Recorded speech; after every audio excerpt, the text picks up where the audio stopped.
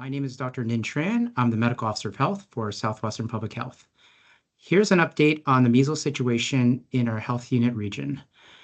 As of this briefing, since January 1st of this year, 2025, we have 3 additional lab-confirmed active cases of measles in individuals who reside in our Southwestern Public Health region. Our health unit in Southwest Public Health is managing this situation as an outbreak for measles. So let me explain a bit about what that means. Our infectious disease team is at near capacity in the work in terms of following up with those individuals who may have been exposed to measles in our local healthcare settings. And I'll get, comment on that briefly because we've had a significant number of exposures and contacting people from our region who are in close contact with confirmed cases that are outside of our region. We do have a relatively high level of vaccination in our region in the 17-year-old population of 93.5% that are on file.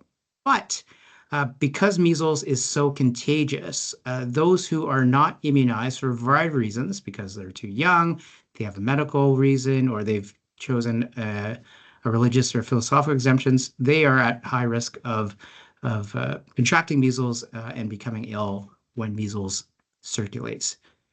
As well, some children may be behind on their immunizations due to disruptions during COVID-19. I do want to talk about some of our exposures, although we've got 3 cases.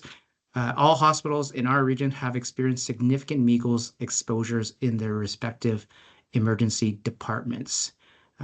So that goes to the point of that measles doesn't really respect borders and boundaries, and we have significant mobilities within our region. So hospitals and healthcare settings don't have the same boundaries as our health unit. So when someone has measles from another region that visits a hospital or healthcare setting in this region, we are busy with investigation for our residents who in our system. So we've had a number of different exposures in our region from both our resident cases as well as neighboring jurisdictions residents cases. It is critical, and that's why one of our main message I really wanted to move forward is for anyone who has concerns they might have measles to call ahead before one visits a healthcare setting. I mean, certainly if you think you might have measles because you've been exposed or you have symptoms such as a particular rash that might be indicative of it in terms of isolating. But when you need an assessment, please call ahead. This is a critical step that allows the healthcare providers and their institutions to prepare for the arrival and reduce the chance of that others will be exposed to the illness. They can take additional precautions. Measles is airborne. It is highly contagious and can linger in the air for up to 2 hours. And we are particularly concerned about those who may be more susceptible to measles and measles complications, such as those that are unimmunized or undervaccinated, pregnant people, and infants, including babies that are under 1 year of age. And just one last message is that we have a lot of this information on our website, www.swpublichealth.ca/measles. And that's where, we will have like a list of the number of different exposures that we become aware of in our area. So I encourage others to inform yourself if you think you might have had a measles exposures or you're wondering whether you might have had one. So if you're present at the times and locations where we've listed as exposures and you're not up to date with your vaccinations and you're at risk, please call us. For everyone else, I think this is a good time to check to see whether you're up to date with your measles vaccinations and work towards with your healthcare provider to get up to date with us. And that's all I have to say. And back to you, Natalie, to introduce Dr. Locke. Thank you very much, Dr. Tran. Now over to Dr. Locke for an update from Grand Erie Public Health. And Dr. Locke, you're just on mute.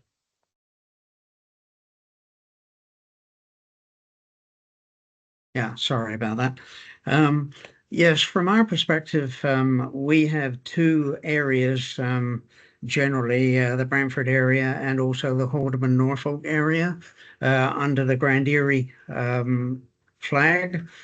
And basically, at this point in time, we're seeing a lot of activity down here, particularly in the Haldeman Norfolk area. At this point, we've got 16 cases in total.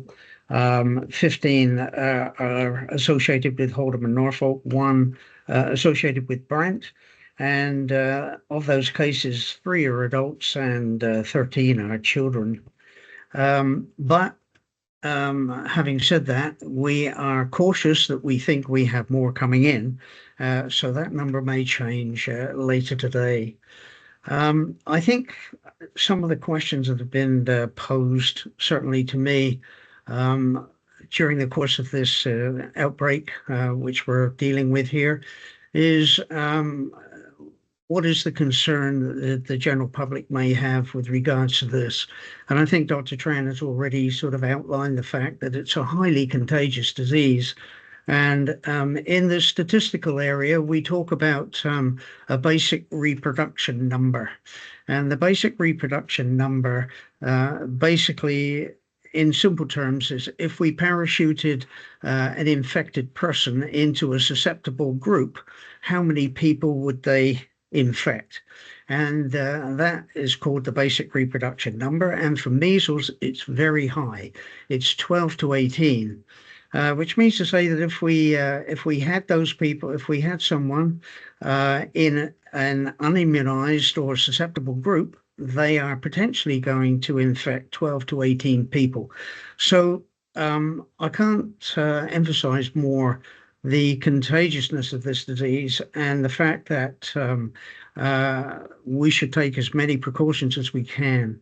That, of course, includes, as Dr. Tran has outlined, making sure that our immunization status is up to date. Certainly, it's been calculated that even with one dose, that may give up to 85% immunity. And with 2 doses, we consider that it's 100% immunity. So we would encourage people, especially in the areas where these outbreaks are occurring, or the cases are occurring, that they should really check their vaccination records and make sure that they've had their 2 doses. And if they haven't, then they should look to improving that by getting a dose. And as Dr. Tran said, it's very important not to spread this disease. And because it is so contagious, that if anyone feels they're exposed, they really should stay home, avoid high risk settings, and that would be doctors' offices, childcare facilities, hospital emergency rooms, etc. And if they really feel that they're having symptoms, then they should really isolate themselves at home for around 21 days. And the symptoms that they should be looking for is a red rash, fever, cough, runny nose, upper respiratory type symptoms, along with red eyes and fatigue, and a high temperature, of course. Adults born before 1970 are considered immune, so they're not at risk. But the rest of the population, depending on their immune status, would be considered at risk in this area.